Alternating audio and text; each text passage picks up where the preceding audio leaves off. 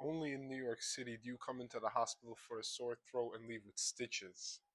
So I was working a trauma night shift as usual, right? Where all the fun stuff happens. I remember seeing on the fast track board this guy came in for a sore throat.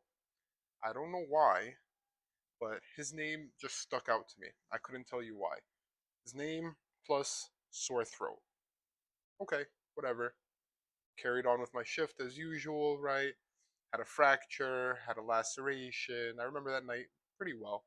And I was busy, I was doing my procedures, what have you. And then I remember going to sit down to type up my notes to document stuff. And I look at the board again, and the same name that was in fast track for a sore throat is now on my trauma board, and chief complaint is stabbing. So I'm thinking this got to be a mistake, right?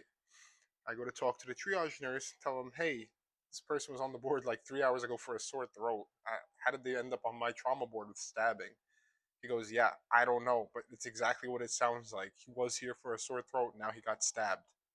Here's where it gets really weird. I go over to ask him what happened. So he tells me, yeah, I came in for a sore throat.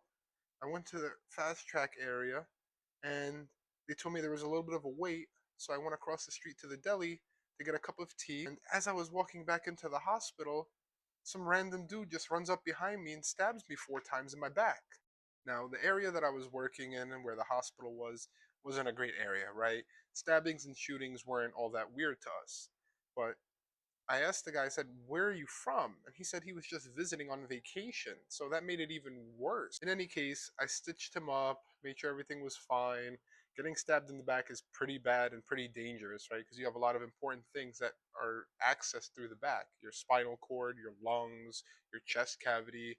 All that stuff can be accessed from the back. So a deep enough stab wound is really, really dangerous, and you have to make sure that there's nothing more serious going on. By the time I was discharging him, he had already booked his flight back home, and it was his first or second night there, I think. The kicker was, by the time he was walking out the door, he just remembered about his sore throat, turned to me and says, hey doc, you have anything for my sore throat?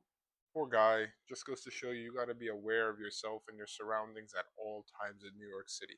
You cannot let your guard down ever, at all, period.